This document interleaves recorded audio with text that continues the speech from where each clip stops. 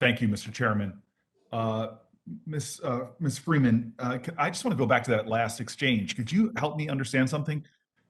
When you in particular, you're not speaking for your office here, but if you're in particular assigned a case and someone has a capital threat that they might be put to death, isn't it your solemn obligation to try to defend that client? I guess I was missing something there. That's your obligation, right?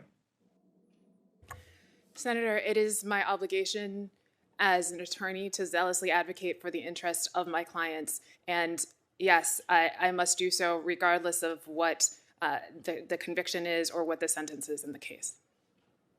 Do you believe fundamentally that no matter how horrific the crime accused, no matter how wretched we may view the behavior, that everyone within our criminal justice system deserves a zealous defense?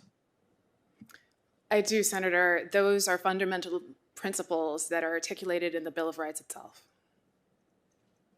And I guess it's a stretch for me to think that somehow you fulfilling this fundamental ideal of our judicial system is somehow an indication even of your personal beliefs, because whatever you personally believe about a client or what you personally believe should about what they've done, you have a solemn obligation to defend them as vigorously as possible. Is that correct? Yes, Senator. And as a federal public defender, can I make generalities about the people that you defend, and maybe even to the whole office, not just you individually? Are these folks who are, would you say, are the margins of our society? Are they the indigent? Are they the people who have are drug addicted, or people that are poor? Is there some generalities you can make about people that need federal public defenders? Senator, our clients are universally indigent. That is what qualifies them for the services of my office and offices similar to mine. We are appointed to those cases to help fulfill the ideal of the fair administration of justice to all people, regardless of ability to pay. And so why do this work? I mean, sincerely, it's a question of all the people, all the things you could apply yourself to as a lawyer. Why put yourself in a position where you're representing people who often are despised by society, who are accused, who are condemned, people who are looked down upon for the vicious acts that they're accused of? Why put your career and dedicate yourself to such people where, as we just heard, where people could cast aspersions on you and malign you for your zealous counsel? Why would you make this choice for your career path? Senator, I have always been committed to public service, and from the earliest days of our nation, we've recognized that fairness and accuracy are essential in criminal cases, and that processes must be provided so that we can get things right when prosecutions happen. I fully believe in those rights and those principles, and I'm happy to serve the public by providing legal services to indigent defendants. You're not helping me here. I want to get a little deeper than that. Your public service is being a prosecutor. For career advancement, heck, if you want to be a judge in America, that's a much better pathway, obviously, if you look at our bench, to career success. Heck, we've had former prosecutors in New Jersey become governor, become around the country, become senators. Why represent the despised?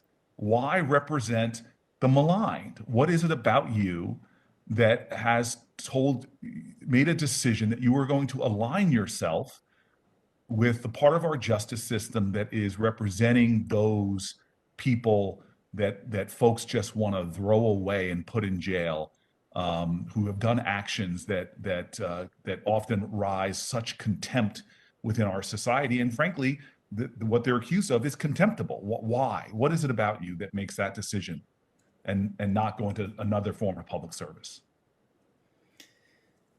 Senator, I know that the justice system works best when individuals on both sides have quality representation. I think there are fewer people who are interested in doing service as public defenders, and it's a very challenging job. I enjoy a challenge, an intellectual challenge, and also the service aspect of the work. Well, you are a humble and modest person. My time has expired, but I know our criminal justice system well. And we have a criminal justice system that right now, as Brian Stevenson says, treats people better if they're rich and guilty than if they're poor and innocent. And it takes a special kind of person to dedicate themselves to those who have perhaps committed awful crimes, to dedicate themselves to the ideal that everyone, even the poor, even the abused, even the addicted, even those who have done wretched things, deserve representation. It takes someone who is committed to principles a lot higher than career advancement. And I think it is woefully unfortunate that in the United States of America, our judges do not reflect the fullness of legal experience and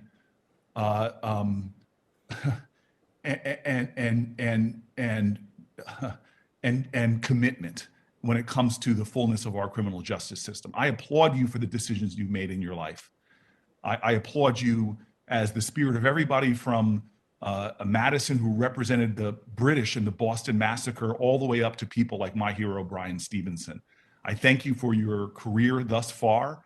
I think that the bench needs you.